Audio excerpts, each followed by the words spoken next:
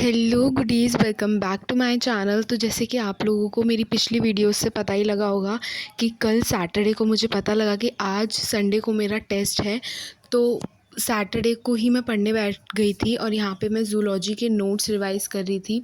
By the way, zoology में structure of organisation वाला chapter आ रहा था, बट उसमें पूरा पोर्शन नहीं आ रहा था। उसमें सिर्फ जो टिश्यूज़ थे, epithelial tissue, connective tissue, muscular tissue और न्यूरल टिश्यू, वही सारे आ रहे थे। बट मैं इतने टाइम से मैंने टिश्यूज़ एक भी बार रिवाइज़ नहीं किया था। मैं सिर्फ कॉकरोच और फ्रॉग ही रिवाइज़ कर रही थी। तो यहाँ पे मैं टिश्यूज़ अच्छे से रिवाइज़ करने की कोशिश कर रही थी, बिकॉज़ पढ़ा मैंने बहुत पहले था और मैंने रिवीजन भी बहुत टाइम से नहीं किया था। तो यहाँ पे मैं ये रिवाइज़ करने की कोशिश कर रही थी।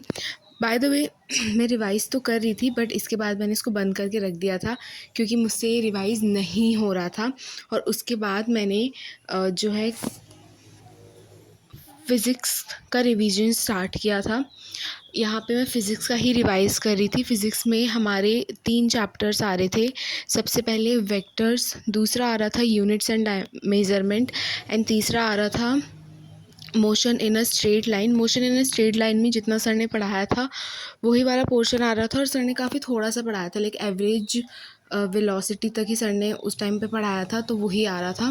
तो यहाँ पे साइड साइड में मैं यूनिट एंड मेज़रमेंट का रिवीजन कर रही थी, और जो भी क्वेश्चंस मैंने नोट्स में लिखे हुए थे वो मैं एक बार टैब में सॉल्व करके देख रही थी कि अच्छे से मुझे आता है या नहीं। मैं हमेशा फ़िज़िक्स का रिवीजन ऐसे ही करती हूँ, मैं नोट्स पढ़ती हूँ, साथ में जो भी क्वेश्चंस होते हैं जो कि मैंने नोटबुक में लिखे हैं वो क्वेश्चंस मैं दोबारा से करके देखती हूँ without looking at the solution, और उसको मैं चेक करती हूँ। इससे मुझे समझ में आता है कि हाँ, मेरे को सच्ची में याद है या नहीं है। उसके बाद मैं चली गई थी सोने, बिकॉज़ आज मैं स्कूल भी गई थी और उसके बाद आके मेरे को बिल्कुल भी टाइम नहीं मिला था। तो यहाँ ये मॉर्निंग वाली क्लिप है, इसमें मैं बॉटनी रिवाइज़ कर रही थी। बैकग्राउंड में चेंज आपको दिख रहा होगा क्योंकि जहाँ पे मेरी स्टडी टेबल है वहाँ पे और लोग सो रहे थे, तो मैं दूसरे रूम में आ गई थी। एंड यहाँ पे मैं बॉटनी रिवाइज़ कर रही थी। बॉटनी में भी 2 चैप्टर आ रहे थे, cell cycle and division and the living world. Cell cycle and division बहुत पहले मैंने करा था और रिवीजन भी नहीं किया था। द लिविंग वर्ल्ड तो मुझे फिर भी थोड़ा बहुत आता था, बट सबसे ज़्यादा गलतियाँ मेरी टेस्ट में लिविंग वर्ल्ड में ही हुई हैं, बिकॉज़ मैं उसमें बहुत ज़्यादा कॉन्फिडेंट हो गई थी, आई थिंक इसीलिए। तो ये मैं सेल साइकिल एंड डिवीजन के ही नोट्स रिवाइज़ कर रही थी। मैं वैसे तो कोशिश करती हूँ कि मैं थोरोली ऐसे पढ़ के रिवाइज़ ना करूँ, मैं लिख लिख के रिवाइज़ करूँ, बट क्योंकि मेरा 3-4 घंटे में ही टेस्ट था तो मेरे को लिखने का बिल्कुल भी टाइम नहीं था, तो मैंने थोरोली ही रिवाइज़ कर लिया। And these are my notes of cell cycle and division, जो कि मैंने काफ़ी अच्छे से बना रखे हैं। मैं सारे नोट्स कोशिश करती हूँ हर चैप्टर के काफ़ी अच्छे से बने हों, क्योंकि हमारे टीचर्स ने बोला है कि ये वाले जो नोट्स हैं वो आपको अगले 2 साल तक काम आने वाले हैं, तो ये आपको बहुत अच्छे से बनाने हैं। इसके बाद मैं यहाँ पे फ़िज़िक्स का दोबारा से रिवीजन कर रही थी, एंड फ़िज़िक्स का रिवीजन नहीं कर रही थी, ये मैं ज़ूलॉजी का रिवीजन कर रही थी।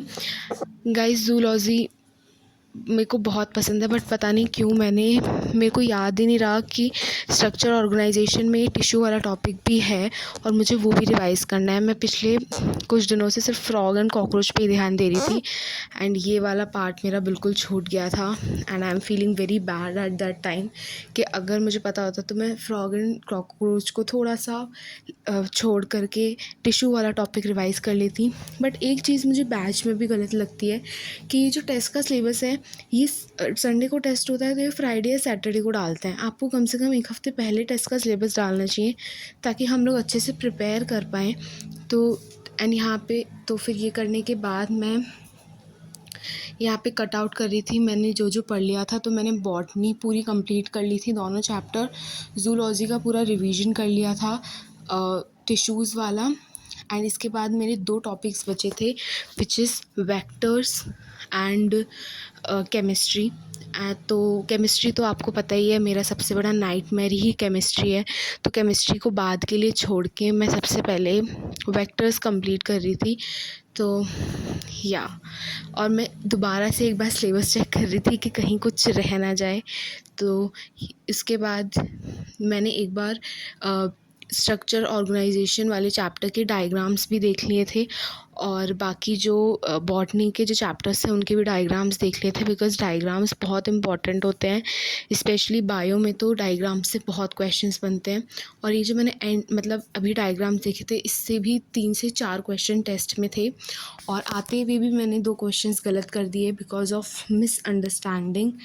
तो आप लोग ऐसा मत करना, क्वेश्चंस अच्छे से पढ़ना।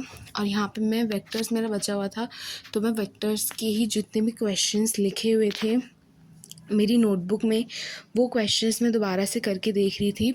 तो वेक्टर्स मेरे को वैसे तो अच्छे से आता है, बट लेकिन वेक्टर्स में चीज़ें बहुत सारी हैं, तो वो चीज़ें याद रखना बहुत मुश्किल होता है, जैसे कि डॉट प्रोडक्ट, क्रॉस प्रोडक्ट, किस में कौन सा रूल लगना है। तो जब भी टेस्ट होता है तो मैं हर बार थोड़ी सी मेरे को डर लगने लग जाता है कि हर चीज़ को मैं कैसे याद रखूं। अगर आपके पास कोई ऐसी ट्रिक हो जिससे आपको वेक्टर्स के हर जो फार्मूलाज हैं वो, या फिर जो ट्रिक्स हैं और जो मेथड्स हैं वो याद हो जाएं, तो आप प्लीज़ मुझे कमेंट्स में ज़रूर बताइएगा। तो मैं यहाँ पे नोट्स तो साथ में पढ़ी रही थी और एक बार क्वेश्चंस भी सॉल्व करके देख रही थी वेक्टर्स के। एंड वेक्टर्स करने के बाद मैं यहाँ पे स्ट्रक्चर ऑफ एटम को रिवाइज़ कर रही थी। I know structure of atom बहुत बड़ा चैप्टर है और वो एक दिन में रिवाइज़ नहीं होता है, बट कुछ कुछ तो मैंने कर रखा था। मैंने बोर्स मॉडल के आगे के जितने भी टॉपिक्स थे वो तो मेरे क्लियर थे, बस बोर्स मॉडल के बाद वाला ही मुझे नहीं पता था और बोर्स मॉडल नहीं पता था, तो मैं उसको भी रिवाइज़ करी थी। और मतलब उसको देख रही थी रिवाइज़ तो क्या, क्योंकि मुझे पता था कि इतने कम टाइम में 1 से 1.5 घंटे में बिल्कुल भी रिवाइज़ नहीं होने वाला है। तो उसको रख के मैं दोबारा से वेक्टर्स पे आ गई थी, बिकॉज़ वेक्टर्स का कुछ पोर्शन बचा हुआ था। तो वेक्टर्स का कुछ पोर्शन बचा हुआ था, तो मैंने सोचा पहले वेक्टर्स को ही कंप्लीट कर लिया जाए। तो वेक्टर्स कंप्लीट होने के बाद यहाँ पे मैंने आखिरकार मैं बैठ चुकी हूँ अपना टेस्ट देने के लिए, जो कि पोर्टल खुल ही नहीं रहा था पहले तो मैं बहुत खुश हो गई थी कि वाह पोर्टल ही नहीं खुल रहा, बट लेकिन उसके बाद खुल ही गया और मैंने टेस्ट देना यहाँ पे स्टार्ट किया। इसे स्टार्टिंग में मैंने फ़िज़िक्स के स्टार्टिंग के क्वेश्चन ईजी थे तो वो किए थे, फिर उसके बाद मैंने बॉटनी करी थी, then zoology and then chemistry. Chemistry तो मुझे पता था कि मेरी बेकार जाने वाली है, बट केमिस्ट्री के साथ साथ मेरी बॉटनी भी बहुत बुरी गई है। द लिविंग वर्ल्ड के मैंने 13 क्वेश्चंस गलत किए हैं। कैन यू इमेजिन 13 क्वेश्चंस, वो भी द लिविंग वर्ल्ड के गलत करना, इट्स बिगेस्ट नाइटमेयर। और जिसके लिए मैं सबसे ज़्यादा डरी हुई थी जूलॉजी, वो मेरी काफ़ी अच्छी गई, उसमें मेरे सिर्फ 3 ही क्वेश्चंस गलत हुए। तो अगली बार से मैं कोशिश करूँगी कि मैं बहुत ज़्यादा ओवर कॉन्फिडेंस किसी भी चीज़ में ना हो जाऊँ। और स्ट्रक्चर ऑफ एटम में तो ऑब्वियसली मैंने काफ़ी सारे क्वेश्चंस गलत किए ही और काफ़ी सारे छोड़े भी। एंड यहाँ पे मैं सबमिट कर रही थी टेस्ट और मुझे इतना ज़्यादा अजीब लग रहा था क्योंकि मुझे पता था नंबर तो अच्छे नहीं आने वाले हैं। And these are my number 365 out of 720। ये नंबर बिल्कुल भी सेटिस्फैक्ट्री नहीं है, but according to the preparation these are good. Thanks for watching, subscribe for more.